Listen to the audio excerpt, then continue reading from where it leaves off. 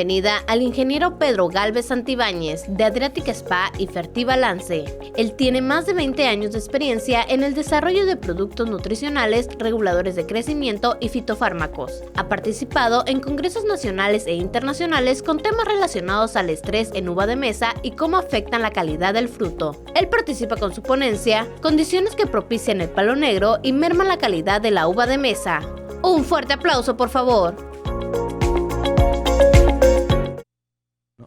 Ahora sí, ahora sí. Bueno, somos poquitos, así que voy a hablar despacito y lento para que puedan dormir siesta tranquilo. Y no hay preguntas ni respuestas.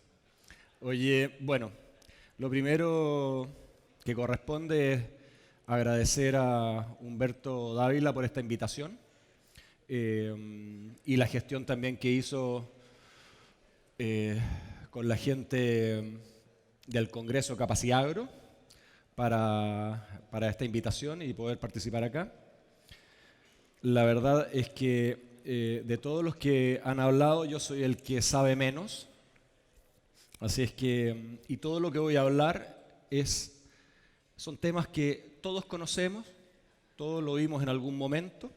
Y lo único que voy a tratar de hacer es ordenar esto, lo que ya conocemos, y mostrárselo de tal forma para entender un poco los procesos. Me voy a colgar de información de todos los expositores anteriores para ir dando y desarrollando una idea. Bien, ellos me enseñaron mal a usarla. Bueno, vamos a partir de lo más básico. Cuando nosotros tenemos un negocio agrícola, el negocio agrícola tiene que ser negocio. ¿Y de qué depende el negocio? El negocio como tema económico, ¿no es cierto? Parte por hacer una buena definición de producto. ¿Qué es lo que yo quiero producir? ¿O qué es lo que yo puedo producir? O sea, definir, y la segunda etapa es producir lo que yo defino. Ver los canales de distribución o de comercialización. No me sirve querer producir a lo mejor un cultivo, una fruta, si no voy a tener después cómo venderla. Todas estas cosas, como digo, son muy obvias, pero voy a tratar de ordenarlas para darle un sentido, sobre todo a la gente que llegó tarde.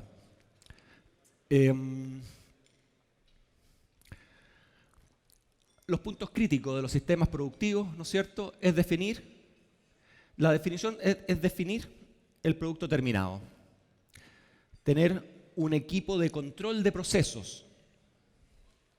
Hacer una reingeniería en todos los pasos, pero sobre todo en packing. Tener una logística en toda la cadena. Y en último lugar, tener un buen manejo agronómico.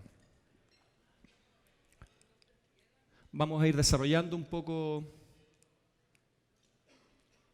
estas ideas. Definir un producto no es fácil, es más bien complejo, porque tenemos que definir el cultivo, el potencial del cultivo, la variedad, sobre qué la voy a poner, la relación que hay entre el cultivo y el portainjerto, pero acorde con lo que yo tengo hoy día en el campo, o sea, cuál es mi situación real, el suelo, el clima, la calidad del agua. Hoy día escuchábamos a Rodrigo justamente cómo eran factores limitantes. Entonces, si yo conozco todos estos factores limitantes, puedo empezar a definir bien lo que puedo hacer, lo que quiero hacer, pero la realidad de lo que puedo hacer. Si voy a entrar en agricultura de precisión, voy a usar elementos tecnológicos, últimas tecnologías, y vuelvo al tema de los manejos agronómicos con los asesores que hay para todos los gustos. Yo siempre comento que donde hay 2 agrónomos hay 3 opiniones, porque hay muchas formas de producir y por lo tanto va a depender del criterio del que está arriba para ver qué es lo que va a hacer o cómo va a llegar al producto final. ¿Quién define el producto? Es el productor, obviamente el dueño del chancho, como dicen, con el equipo técnico, asociado a la capacidad productiva, cuánto puedo producir, dado lo que tengo, lo que tenemos como campo, análisis de rentabilidad y cadena de comercialización. ¿Qué conviene producir? No necesariamente es lo que produce el vecino, sino que aquí hoy día estamos en una situación bien importante. Cambio de variedades en uva. Entonces la pregunta, aprovechando el resumen hacia atrás, es ¿qué conviene producir? ¿Qué es lo que se busca? Es la calidad total. Si nosotros vamos a entrar a producir cualquier cosa, sea espárragos, sea cítricos, olivos, uva, lo que uno tiene que optar o tratar es encontrar la calidad total. ¿Y qué es la calidad total? Básicamente los parámetros de calidad que nos fija el mercado, sumado a la condición. ¿Sabemos lo que es los parámetros? ¿Sabemos lo que es condición?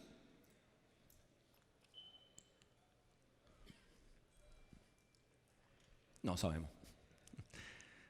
La calidad puede ser muy relativa.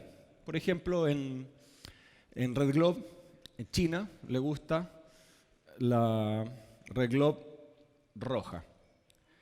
Pero en una zona de Perú, en Ica, por condiciones climáticas y por exceso de algunos reguladores de crecimiento, la Red Globe se da rosada.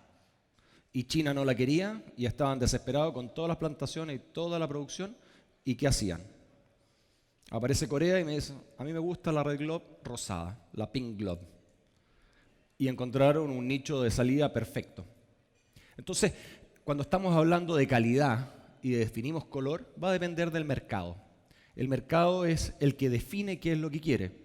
Hay hoy día uvas sabrosas, chiquititas, de sabores especiales, y otras que son grandes, con pepa, sin pepa. El mercado va mandando. Va a depender de dónde quiero llegar yo, a dónde quiero llevar mi fruta. El calibre, obviamente, la forma del racimo. Antes, en Italia, yo les comentaba en una conversación anterior, la típica uva italiana, la uva Italia, este era el tamaño del racimo. Racimos que no se podaban, no se arreglaban, porque básicamente si uno le metía tijera, perdía calidad comercial porque se asociaba a algún defecto. Es impensado hoy día tratar de vender un racimo de este porte, por lo menos para nosotros. Racimo apretado, raset, lesiones, golpe de sol, un tema, golpe de sol. Básicamente la apariencia, ese es otro tema que es importante. El consumidor, ni siquiera el revendedor, el consumidor lo que quiere es llegar a la góndola del supermercado y agarrar un racimo o una fruta y verla y pensar que la cosecharon ayer. Y la verdad es que es difícil hacer eso. A lo mejor ustedes que están al ladito del consumidor, mientras no construyan la muralla, la gran muralla. Dentro de esto, consideraciones. Vamos a hacer algunos, durante todo el proceso vamos a ir haciendo algunas consideraciones, algunos pensamientos retroactivos. la calidad. La calidad siempre es requerida, bienvenida y se paga mejor. Y cuando no se paga mejor, es la primera que se vende. Años atrás, en Chile, la manzana, muy mal precio. Sin embargo, había una empresa exportadora que trabajaba y aplicaba una hormona para mejorar la apariencia física y la forma. Y ellos subvencionaban a los agricultores y le regalaban esta hormona. En una conversación con el gerente técnico le digo, ¿y por qué haces esto? ¿Te da algún valor? ¿Aumenta el peso? ¿Te da más kilos? No. La única razón es que el comprador llega y es la primera manzana que compra. Por lo tanto, mi flujo es muy rápido. No tengo que estar esperando. Sale la primera. Hay que lograr calidad. Primero, hay que lograr calidad. Cuando yo tengo una calidad adecuada a las demandas del mercado, yo tengo que trabajar el segundo paso, que es aumentar la cantidad, el volumen producido. Hay dos formas de aumentar la cantidad. O crezco en superficie o hago que las plantas produzcan más. Lamentablemente, hoy, por lo menos en el caso nuestro, estamos muy limitados por agua. Y obviamente la mano de obra también y todo. Estamos limitados por todos lados. Pero este es un tema que es importante. Nosotros logramos calidad y después trabajamos para aumentar el volumen producido, pero manteniendo siempre esa calidad. El negocio crece, el negocio agrícola, el negocio del cultivo que sea, crece cuando uno maximiza la cantidad potencial que tiene mi campo, pero con la calidad que nosotros definimos como producto, que el mercado necesita. Esta es una cosa que es tremendamente importante considerar. Hay cosas que son muy obvias, pero hay que repetirla una y otra vez para entenderla. Cuando yo llego con una fruta a un packing en mal estado, o sea, la fruta viene del huerto mahometano nomás, es imposible que en el packing yo la mejore. Pero sí es muy fácil que un mal manejo del packing, del empaque, de la guarda, la manipulación, la eche a perder. Por lo tanto, si nosotros estamos haciendo todo un trabajo que dura meses para lograr una cosecha, no podemos estropearlo en un día, en el día del embalaje, cuando no tengo frío adecuado, cuando no tengo gente adecuada, cuando no tengo control adecuado. El tema más importante es que yo tengo que llegar con un buen producto a mi empaque y de ahí en adelante salir en la mejor forma. Yo aquí tengo 2 Thompson. La pregunta es, ¿las producciones son similares? ¿Los calibres similares? Sin embargo, hay una que está con exceso de de aplicaciones.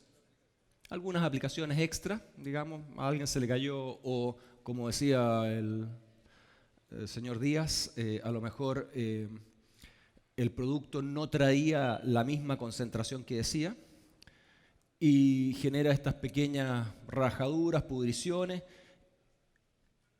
¿Y cuál prefieren ustedes? ¿Cuál es la primera fruta que se llevan? ¿Cuál es la fruta que van a comprar? ¿Qué tan diferentes son ustedes de los que... O sea, todos somos compradores de fruta, todos comemos fruta en la casa. ¿Cuál es la primera fruta que se llevan?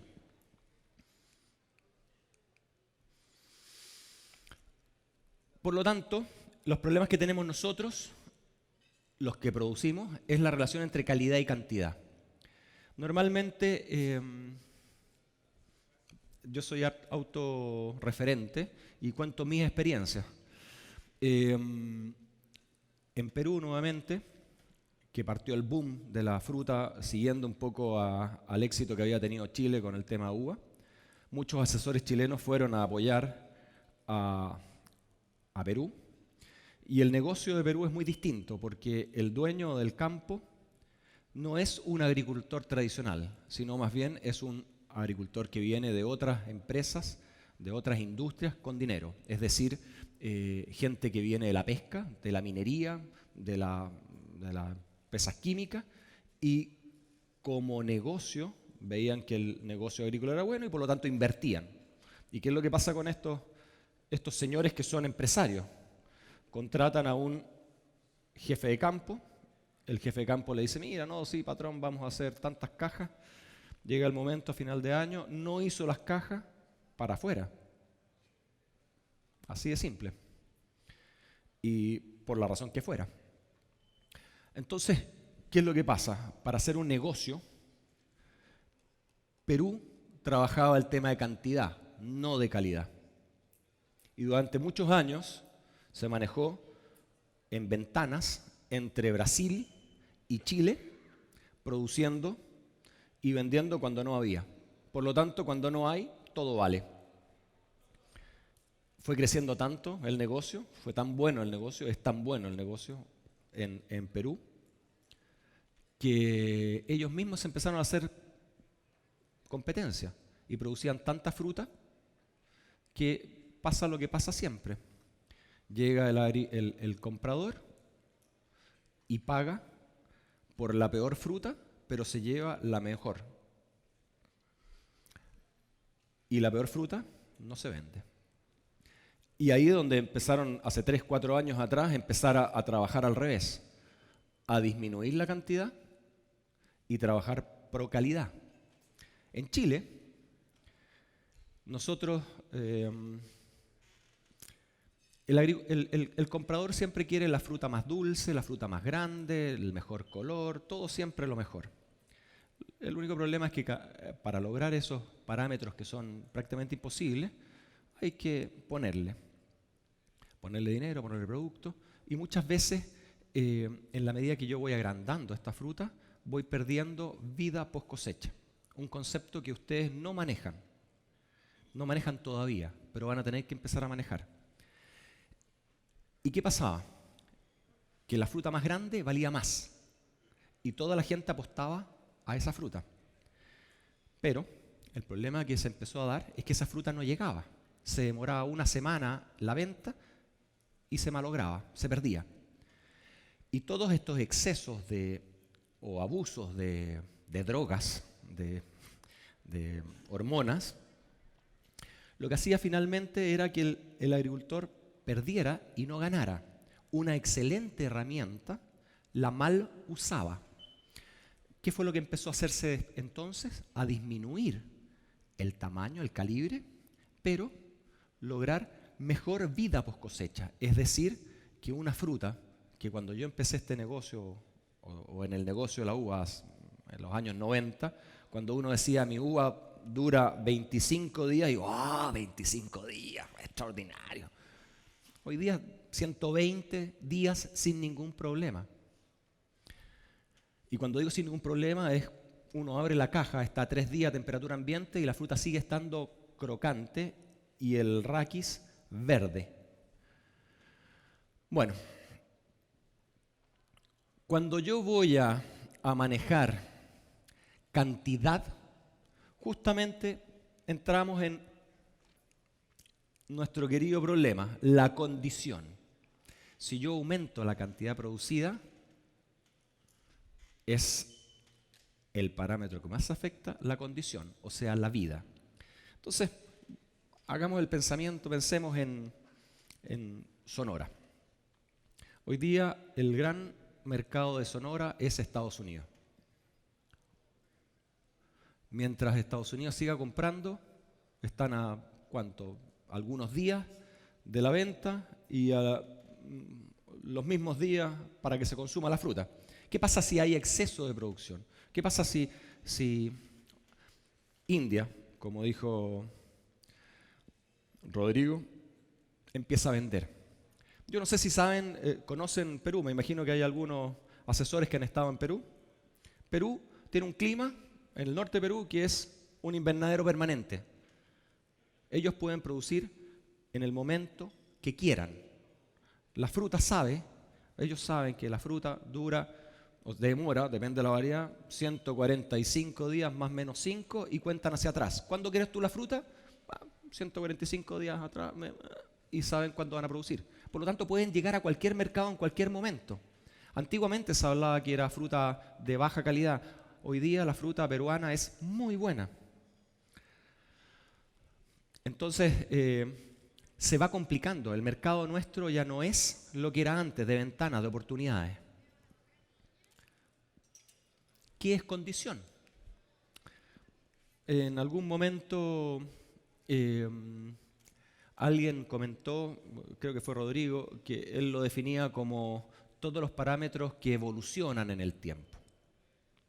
Sí, yo creo que es un poco parte es verdad. Pero una fruta débil, esa fruta débil salió del packing débil. Y eso es condición. Una fruta liviana.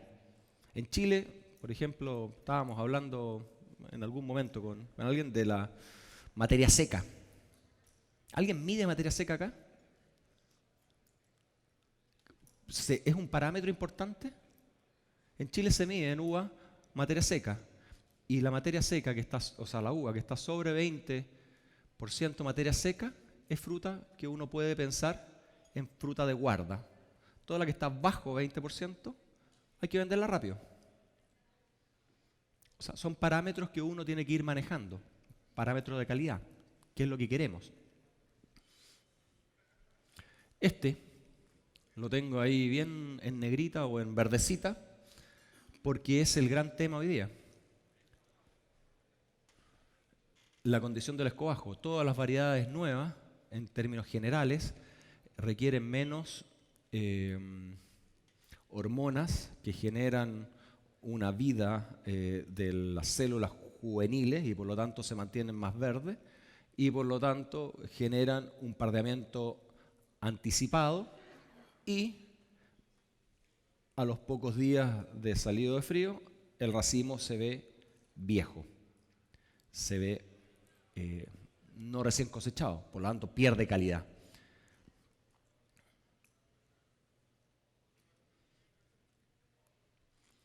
Esto es un tema que me imagino todos los que comercializan fruta saben. Hoy día, todo el año, tenemos una gran oferta. La información vuela como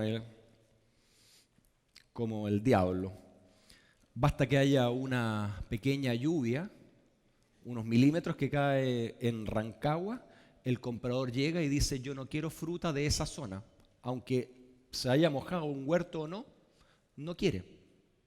Y si la compra, la va a comprar castigada.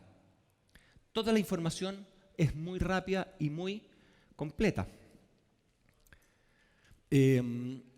Baja el precio por cualquier razón. Es el negocio de ellos. Cada vez va a ser, para nosotros, cada vez es más necesario y para ustedes, se lo estoy diciendo casi con la bola de cristal, cada vez va a ser más necesario guardar su fruta por más tiempo o por lo menos tener la posibilidad de guardarla. Como les decía, en los años 90, 30 días era maravilloso. Hoy día 60 días son más que necesarios. Cada vez los clientes están más lejos. China es un cliente que está recién empezando a ser un buen comprador. O sea, término relativo. Todavía toda la fruta llega solamente al sector de la costa. Todavía hay que meterse hacia adentro. No tiene buena infraestructura de frío. Por lo tanto, o llega rápido o no llega la fruta. Si yo tengo mala calidad, no es un mercado para mí los chinos. Los chinos son exigentes. Como les decía, el consumidor quiere siempre fruta recién cosechada. El comercializador, no necesariamente. El comercializador necesita fruta que dure, que aguante, para poder buscar los mercados donde colocarla. o la góndola o el espacio. Nosotros tiempo atrás decíamos que los gringos son, cuando partimos con este negocio en los años 70, 80, los gringos son locos, no les gusta la fruta ácida, sin sabor. Si la más rica es la bien golpeada de sol, dulcecita. No, era el comercializador, porque esa fruta no dura, mientras que la fruta un poco más inmadura dura más. El tema, esto es un dicho que tenía un viejito mío, un viejito amigo, productor. Decía, bueno, es lo que hay, para toda respuesta es lo que hay. No sirve en la comercialización de la fruta decir, mira, esto es lo que hay, porque es lo que hay, no vende. Eso es justamente lo que tenemos que mejorar. Lo que hay ahora es mucho mejor que lo que hicimos el año pasado y el anterior. El concepto de mejora permanente. Manejo productivo. Recién ahora estamos hablando, todo esto es un tema general de la comercialización. Estoy haciendo ahora voy más rápido. ¿Qué es lo que debemos manejar agronómicamente? ¿Cuánto es mi potencial productivo? Dada la calidad. ¿Qué, cuánto, cómo, qué hay que aplicar? Los costos. Todo eso es lo que uno tiene que optimizar. Los momentos para las aplicaciones, para que todo coincida, para hacer una o dos pasadas. La primera pasada de cosecha, sacar el 80-90% y solamente una segunda repase. No sirve pasar 5 veces. O en caso peruano, que pasaban cada 3 días durante un mes y medio. La pregunta que uno siempre se hace, oye, ¿por qué el vecino al lado hace lo mismo? O yo hago lo mismo que él y él tiene fruta, y no tenemos la misma fruta, no tenemos la misma calidad. Hay que preguntarse, ¿qué está haciendo bien él y qué estoy haciendo mal yo? El tema de nutrición. Aquí se habla de fertilización, nutrición. Lamentablemente, lo que uno tiene que hablar es no fertilización, no es poner fertilizante, es poner lo que necesita la planta realmente. Y si yo voy a dejar más carga, más racimos, tengo que alimentar mejor a la planta. ¿Qué es lo que pasa normalmente? Cuando yo estimulo una planta para que el racimo crezca más, porque el grano va a pesar más, voy a sacar más kilos por hectárea. Y eso significa que tengo que alimentar mejor a la planta. ¿Alguien considera eso? ¿Alguien considera que mi racimo, si yo aumento 2 gramos por grano, lo subo a 8, ¿cuánto es aumento de peso en producción? ¿Cuánto más tengo que ponerlo? No, nadie lo considera. Es un tema lógico, le están poniendo. ¿Quién paga eso? La planta. La planta paga con reservas. ¿Reponemos esa reserva? Considerando la producción del año anterior.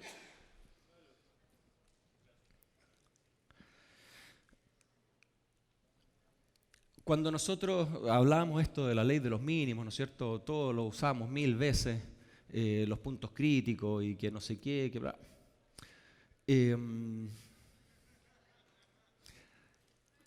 Siempre hay algo que es un factor crítico o un factor limitante. No necesariamente son los elementos o la forma de entregar el elemento, que ese es otro tema. Cuando dicen la fertilización, oye, necesito calcio, ponle calcio. Bueno, pero ¿qué forma el calcio? ¿Como sulfato de calcio? ¿Como carbonato? ¿Cloruro? ¿Nitrato? ¿Cuál es la forma de entregar? ¿Cuál es la forma más eficiente? ¿Cuál es el que conviene en qué momento? Y hablo del calcio como un elemento importante.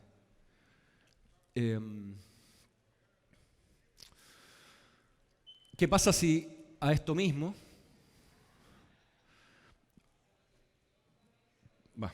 me salté una, da lo mismo. A esto mismo le sumamos los desórdenes fisiológicos propios de nuestra gestión. Cuando yo estoy estimulando una planta, por ejemplo, una práctica que en Chile fue muy común hace unos años atrás, que era tirar hormonas para las raíces. El concepto estaba muy bien. Yo aplico producto para aumentar las raíces aprovechan más el agua, sacan más nutrientes, tienen puntos de crecimiento que generan citoquininas naturales.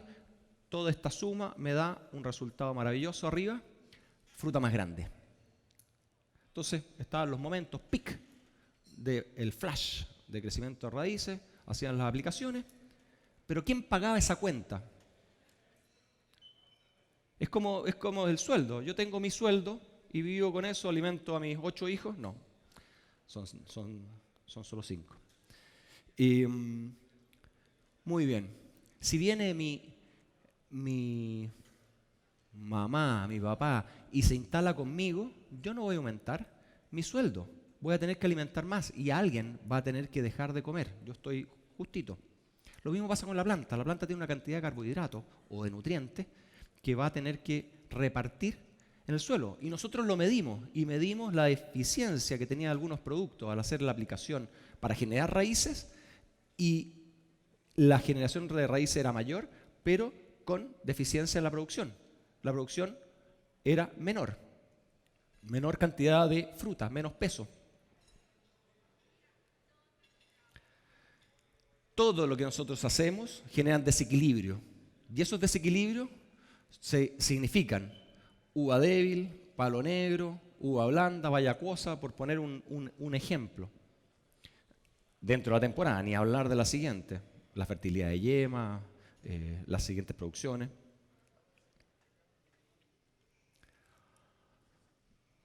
Un poco no voy a pasar esto porque es lo que habló Rodrigo, en el fondo la determinación de necesidades, ¿no es cierto? ¿Cuánto aporta el suelo? ¿Cuánto aporta el agua? Un campo que estaba a la salida de Santiago, cada vez que regaba aportaba 300 unidades de nitrógeno por hectárea. El bosque era así, la capa de hojas, y adentro uno se metía y era la noche. No se veía nada, el exceso de nitrógeno. Bueno, balance hídrico, capacidad genética, todo esto, la combinación de los portainjertos. Hay tanto factor que tiene que uno considerar. Y cuando uno le mete a todo eso, lo que no controlamos, la ecuación cada vez se pone más difícil.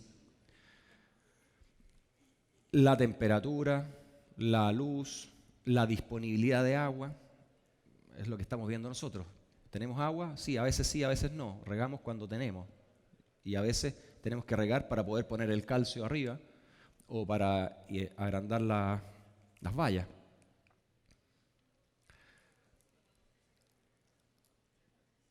Si yo tengo una buena construcción interna, voy a tener una buena vida post cosecha.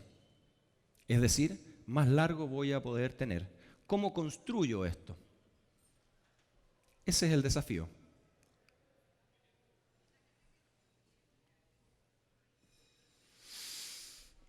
Uno de los temas más importantes es este. Como yo tengo que hablar del palo negro, el palo negro tiene un problema que es más o menos importante. Se empieza a gestar y no lo vemos. No es como una botritis que uno ve la puntita y empieza a crecer, o el oidio, ¿no es cierto? Y uno empieza a ver y puede perseguirlo. El palo negro cuando aparece es porque es como un cáncer. Ya está metido adentro y empezamos a ver los síntomas ya cuando está bien avanzado y no es tan fácil de sacar. Los comentarios son los vuelva atrás, digamos, pensar de nuevo lo que hemos conversado. La nutrición acorde con las exigencias. Nutrición diferente a fertilización. ¿Qué es más eficiente? No es la cantidad, sino que qué es la biodisponibilidad, el elemento que la planta es más fácil que ingrese en cada momento. A mayor producción, mayor probabilidad de problemas fisiológicos. Lo importante es que a mayor calidad hay más responsabilidad en los detalles. Los detalles empiezan a pesar. Mientras más estrés, mayor daño. La pregunta, todos hablamos del estrés. ¿Entienden lo que es el estrés? Bajo contenido de materia seca, escasa vida post cosecha. Eso es un tema que hay que tenerlo claro.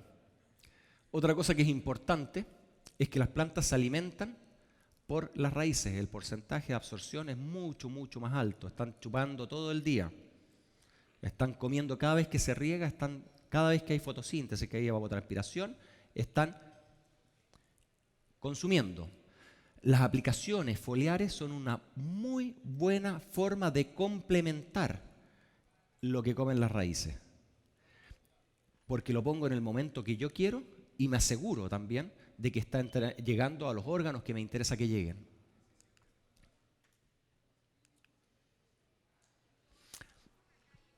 Fruta que con problemas está asociada a características genéticas varietales o del porte injerto, ¿no es cierto? El porte injerto que chupan más que otras cosas, nutrición desbalanceada, prácticas desequilibrantes, lo que hacemos nosotros, las podas en distintos momentos, las malas podas, las aplicaciones, malas aplicaciones, buenas herramientas mal usadas,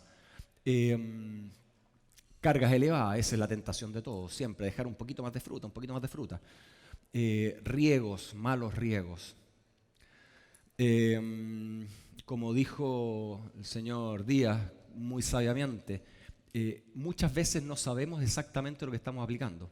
Es un cóctel que nos dicen que es de un alga y esto viene de todo. Y lo que viene de todo a veces viene de más y a veces viene de menos. Y no lo sabemos. Y nosotros inducimos un desequilibrio. El desconocimiento, eso es típico. Yo aplico un producto y muchas veces no sé realmente cuál es el efecto secundario que pueda tener. Una excelente herramienta abusada, un uso irracional, excesivo. Ahora nos metemos en el tema. Aquí vamos rapidito. La vallacuosa, vidriosa, palo negro, son todos situaciones similares para lo mismo. ¿Qué diferencia tiene esta y esta otra? Es básicamente que aquí no hay carbohidratos adentro. Aquí no hay estructura, está acuosa. ¿Por qué? Lo vamos a ir desarrollando. Básicamente, los canales que van alimentando a la fruta están interrumpidos porque se han muerto por distintas razones. Básicamente la acumulación de amonio. El amonio es una fuente de nitrógeno buena, pero también genera mucho problema. Y hay que diferenciar cuando hablamos de amonio de nitrógeno. La planta cuando hablan del nitrógeno, nitrato, amonio, el nitrógeno es fundamental para la planta, es el elemento más importante, después obviamente del hidrógeno, oxígeno y carbono. El nitrógeno es el más importante, por lo tanto no podemos despreciarlo.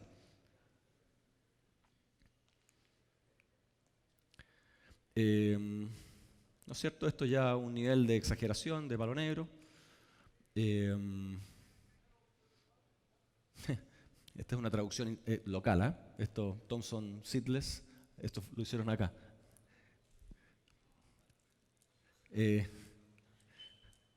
Bueno, esto es rapidito, ¿no es cierto? Ejemplo para que vayan viendo los síntomas que deben ser muy conocidos, ¿no es cierto? Síntomas normales, valla blanda, valla acuosa, falta de toma de color, deshidratación del pedúnculo, manchas necróticas, raquis, pedicelo, todo.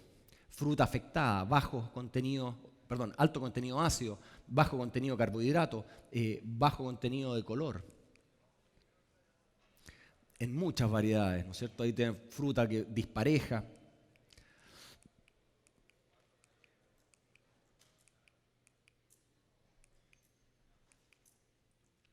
Si uno saca todas las bayas, se empieza a dar cuenta de lo mismo que mostraba Rodrigo. Es decir, en todas las partes distales, donde va el movimiento del agua, es donde se empieza a acumular el amonio y va generando este daño, esta intoxicación, y finalmente termina con necrosis y muerte. Si no es tan severo, solamente va a disminuir el flujo, la cañería, lo va a taponear y por lo tanto no va a llegar a tener la suficiente carbohidratos, no va a tener la cantidad de azúcar y por lo tanto va a ser una fruta más blanda y más ácida. No se va a ver. Este es un problema serio y generado por múltiples factores. Eso es un tema que es importante. Hay zonas que son mucho más propensas al palo negro que otras. En Chile, durante la década del 80 y comienzo de los 90 fue un tema. Hoy, solamente un año, cada 2, cada 3, por condiciones ambientales, se genera problema palo negro. Un poquito, no es un tema. Perú es otra cosa. Perú tiene condiciones predisponentes. Primero, hay factores predisponentes como la susceptibilidad varietal. Hay variedades que son más sensibles que otras. Las variedades nuevas, todos dicen que no tienen problema de palo negro. Bueno, yo les digo que sí tienen. Si nosotros vemos fuentes, ¿no es cierto? Hay, según la variedad, mayor o menor intensidad de palo negro. Si esto lo asociamos a factores estresantes o carga, vamos a generar, ese bajo se va a transformar en medio, alto o muy alto. Esto vamos a ir bien rápido porque Rodrigo ya me ayudó bastante. Sombreamiento, exceso de carga, fundamental para generar palo negro, por favor. Fantástico, háganlo. Si en un huerto nosotros analizamos oscuro versus luz, el contenido de palo negro es muchísimo mayor y va asociado al contenido de amonio. Más nitrógeno, menos amonio, menos fotosíntesis, que es el tema que vamos a trabajar. Portainjerto que induce alto vigor, ese es otro tema importante. Yo no sé, ¿aquí trabajan con portainjerto? Sí. Y cuando les venden la variedad, ¿les sugieren un portainjerto o lo eligen ustedes o el viverista? En Chile, hoy día, el viverista es el que te dice, mira, llévate esta variedad con este portainjerto. Y tenemos una variabilidad de suelos enorme y con problemas enormes también posteriores. Entonces, saber bien cómo se comporta esa variedad sobre ese patrón en mi suelo es un tema importante, es un dominal, evita el dolor de cabeza posterior. Vigor, importante para el tema palo negro. Hay patrones que son mucho más vigorosos que otros. ¿Por qué? Porque básicamente tienen capacidades de absorción distintas. Algunas absorben muy bien el nitrógeno, muy alto en distintas condiciones.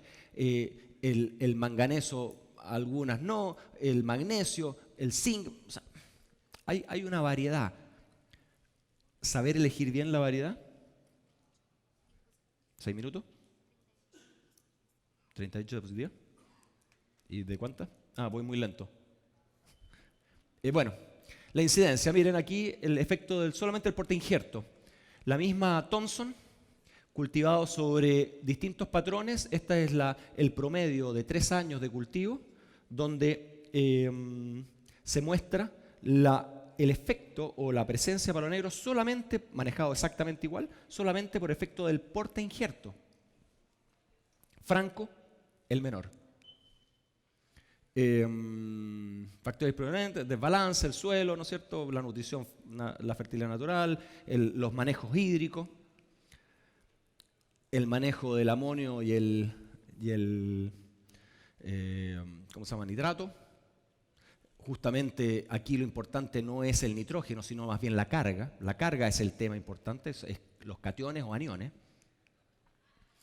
Justamente la absorción del nitrógeno, el amonio puede entrar directamente y puede llegar a ser fitotóxico. El nitrato es más fácil es una forma más costosa para la planta, pero más segura. La mete adentro y después la transforma en amonio y aminoácidos, o cuando hay exceso de nitrato, se traduce en amonio y también empieza a acumularse y va generando problemas. Lo mismo, amonio en el raquis, no voy a redundar en esto, el amonio va pegando sistemáticamente. Hay más amonio, hay más palo negro. Eso es una cosa clave. Lo mismo, esto está hecho en Argentina, exactamente lo mismo. Muy importante la relación carbono-nitrógeno. Ese es un tema importante. Este es un concepto que tienen que manejar. Por favor, anótenlo. Los síntomas se relacionan con alto nivel de nitrógeno y en especial con el amonio. Primer punto. Segundo punto, El balance entre carbohidrato y amonio es lo importante. Mientras más carbono, no importa el amonio que haya, siempre y cuando haya más carbono que amonio. El tema ahora es que si yo tengo poco carbohidrato, es decir, tengo mala fotosíntesis, con poco amonio puedo generar problemas. Bueno, esto lo vimos, ¿no es cierto?, cómo funciona el carbono con las pectinas y todo el cuento. Rodrigo ya me hizo el favor. Va soltando, ¿no es cierto?, y obviamente se destruye. Factores predisponentes, todos los racimos débiles, los malos manejos. El clima, fundamental. En Chile para nosotros el gran problema hoy día es el clima para el palo negro. Y algunos otros locos que hacen algunas tonteras. Fíjense cómo afecta el clima a la absorción solamente. Cuando tengo asfixia radicular, lo que hablaba Rodrigo, el manganeso no se absorbe, el zinc, el hierro, el magnesio. Cuando hay sequía, otra condición que es común acá, cuando hay intensa luminosidad, el hierro y el boro, solamente efecto climático. Aquí no estamos hablando de lo estoy haciendo bien o mal, el clima, ¿cómo afecta? La calidad de la luz, otro tema. Nosotros analizamos, ¿no es cierto? Esto lo pueden sacar de ¿cómo se llama? Tenis. Ahí está diario. Esto lo saqué el 4 de octubre y era al día. La intensidad lumínica, los rayos UV, cómo afectan los rayos UV a la planta. La comparación Estados Unidos, México, Perú, Chile, la intensidad lumínica en los meses productivos, para que ustedes vean más o menos cómo nos va afectando. Cómo afecta la luz UV a la planta, ¿no es cierto?, en la reducción de área foliar. Lo más importante acá es la fotoinhibición.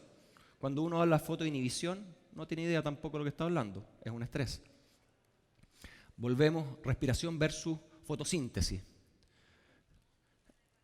Cuando uno habla de esto, dice está perfecto. Niñito de sexto preparatoria. Cualquiera diría que aquí faltan dos cosas importantes. Clorofila. Si no hay clorofila, no hay fotosíntesis. Esta ecuación no funciona. Y hay otra cosa que es más importante todavía, o tan importante como la clorofila, la temperatura. Rodrigo ya lo dijo, pero no lo explicó bien, con todo respeto.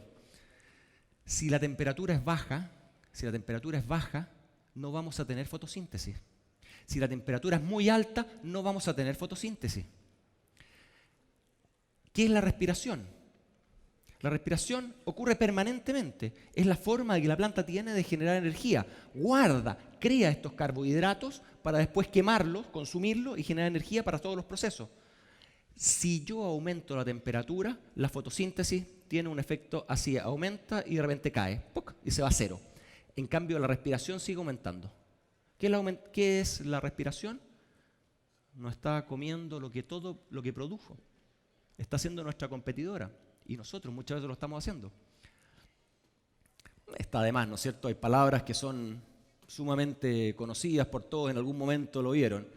El cloroplasto, ¿no es cierto? La membrana tilacoide. Esto es fundamental, esto es interesante, porque para entender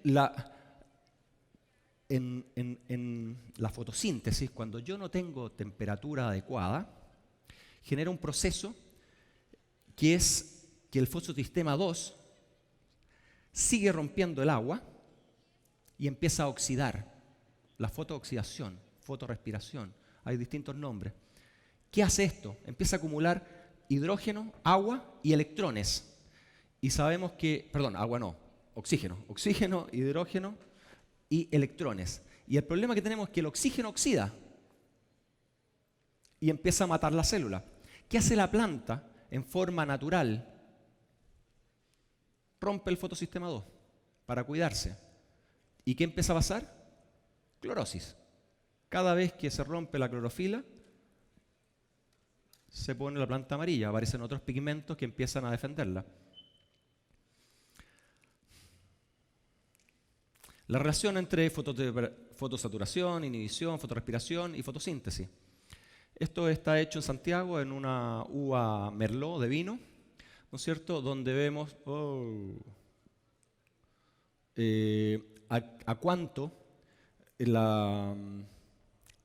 cuánto lúmenes se satura y todo eso es energía absorbida en exceso. Estamos hablando de 800, 900 micromoles de fotones. En Santiago, en diciembre hay 2.300 de sobra. El problema es que cuando la planta está estresada, esta curva baja y por lo tanto hay más energía que la planta tiene que disponer. ¿Qué significa eso? Más gasto energético. O sea, todo lo que avanzó fotosintetizando va para atrás. Esto es muy interesante porque es muy reciente. Y lo que está midiendo es la radiación fotosintéticamente activa con un testigo sin malla, un testigo malla negra y malla blanca, es decir, una planta expuesta a la luz.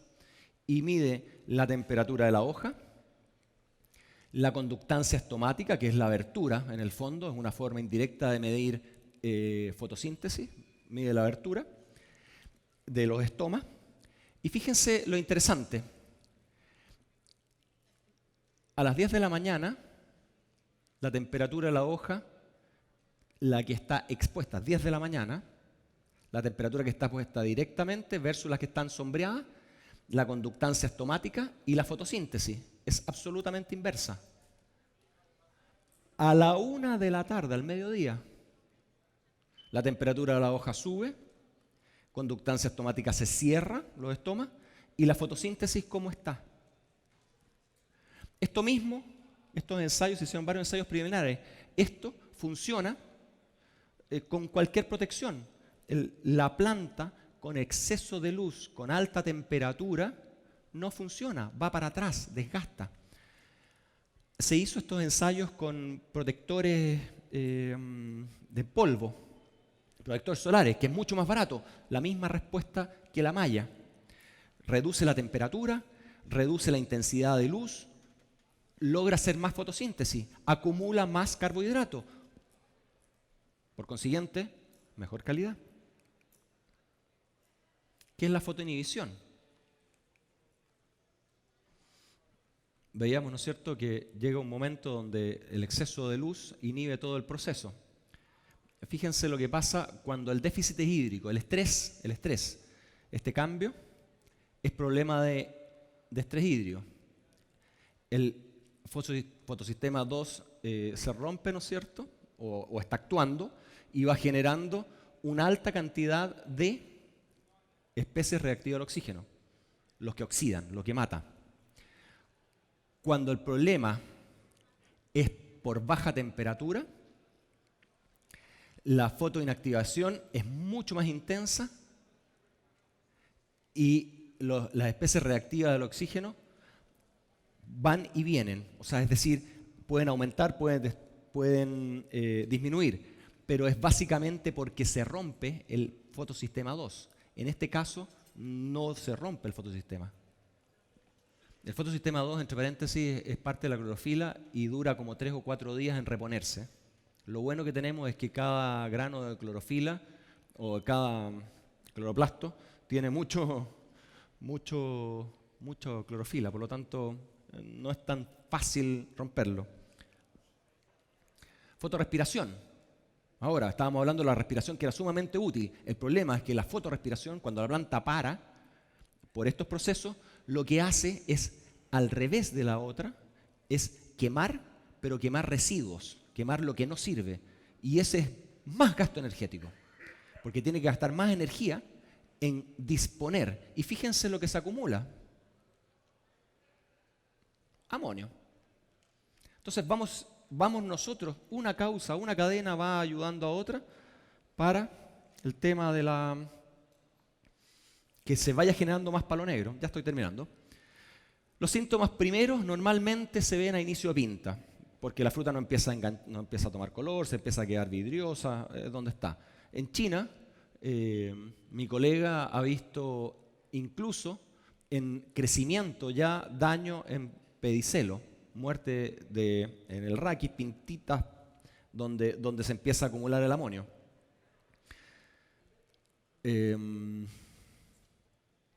Esto lo voy a hacer muy rápido, pero ensayos con productos para mejorar el tema del palo negro, ¿no es cierto? Como las aplicaciones en distintos momentos curativas, tratando de perseguir o solucionar el problema, cómo teníamos buen efecto. Pero lo más interesante es el siguiente. Partiendo de cajas similares, donde se evaluó qué se estaba guardando.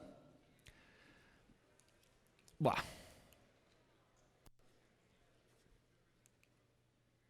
No. 15 días después de cosechado, la fruta que no estaba tratada, partimos así. Así, esto es lo que se vio. Las cajas que estaban, promedios, 15 días después se analizó. Donde no estaba tratado, fíjense, de 9% de fruta sana, 0. Y evolucionó hacia palo negro. Sin embargo, lo que estaba tratado, lo 9, se mantuvo en 9, y lo que mostraba algún síntoma, evolucionó. ¿Qué quiere decir eso? Otro concepto que uno se pierde. Cuando yo corto un racimo, ese racimo sigue vivo. Y sigue vivo por mucho tiempo. Y los procesos internos siguen funcionando. Y los problemas se siguen acrecentando. O sea, el problema del exceso de amonio, acumulación, palo negro, qué sé yo, sigue ahí. Bueno, aquí otros tratamientos, aplicándolo más temprano, con mejores resultados, ¿no es cierto? Con mayor cantidad de depositación de elementos que son cationes. Básicamente los cationes son los que van regulando el amonio. Mientras más factores predisponentes tenga, mis tratamientos o regulación de cationes para poder competir con este amonio tienen que ser más temprano. Eso lo aprendimos en Perú.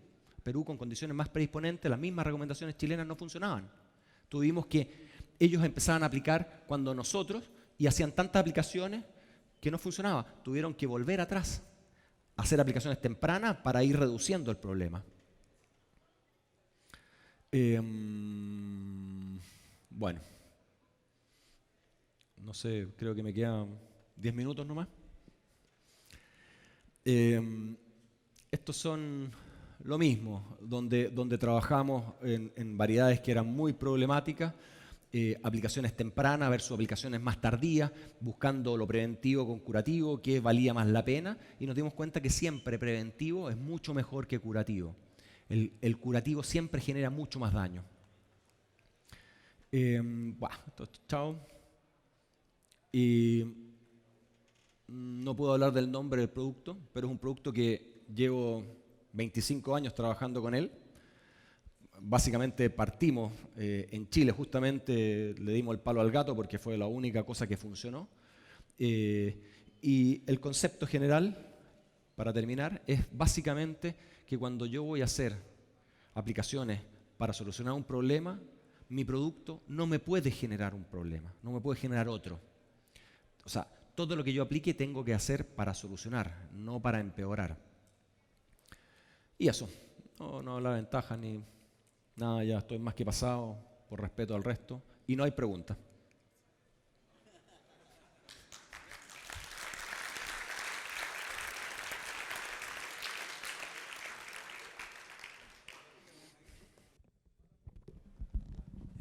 Ahorita que hablabas de las variedades nuevas, que dice la gente que se presenta menos palo negro o no tienen palo negro.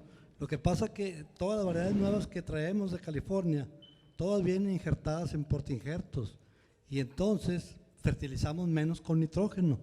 Y una de las causas principales son los niveles altos de nitrógeno que aplicamos en las variedades francas, pues, que como es la variedad Flame. Entonces, en las variedades nuevas aplicamos menos nitrógeno y de forma secundaria, pues estamos contrastando un poco el palo negro. A ver, me dices que en la variedad Flame, por ser franca, tiene más palo negro. ¿Eso? Así es, y es una variedad que le duele mucho el palo negro, pues, y normalmente no están sobre portainjertos. Pues. Y todas las variedades nuevas, todas vienen ya injertadas de California. Y entonces fertilizamos menos, porque son más vigorosas sobre el portainjerto, y de forma secundaria pues estamos contrarrestando ya que se nos presente el palo negro. En cierta forma estoy absolutamente de acuerdo contigo. La flame, en términos generales, siendo injertada o no injertada, es una variedad altamente susceptible al palo negro, es una de mis variedades regalonas. Así como sabrosa y buena para partirse, el palo negro también le pega bastante. Y te lo puedo decir que independiente del porta injerto o franco, ¿ya? De todas maneras, la mala fertilización o la fertilización desequilibrada va a generar siempre un tema de palo negro, y muchas veces el tema palo negro está oculto. O sea, cuando uno habla de palo negro es ya la expresión máxima, es decir, cuando ya tienes el raquis deshidratado, cuando tienes granos chupados. Muchas veces no alcanza eso, y lo único que logra es que la fruta no agarre color, que no agarre sabor ni textura, y que no agarre, que finalmente no madure. Y muchas veces ese tema es un palo negro oculto, que no se alcanza a chequear, o checar, como dice acá. Yo, en mi experiencia con el tema de porta injerto, en Chile hemos tenido más problemas que beneficios. O sea, si tú me preguntas a mí la realidad, yo preferiría seguir siendo todo franco.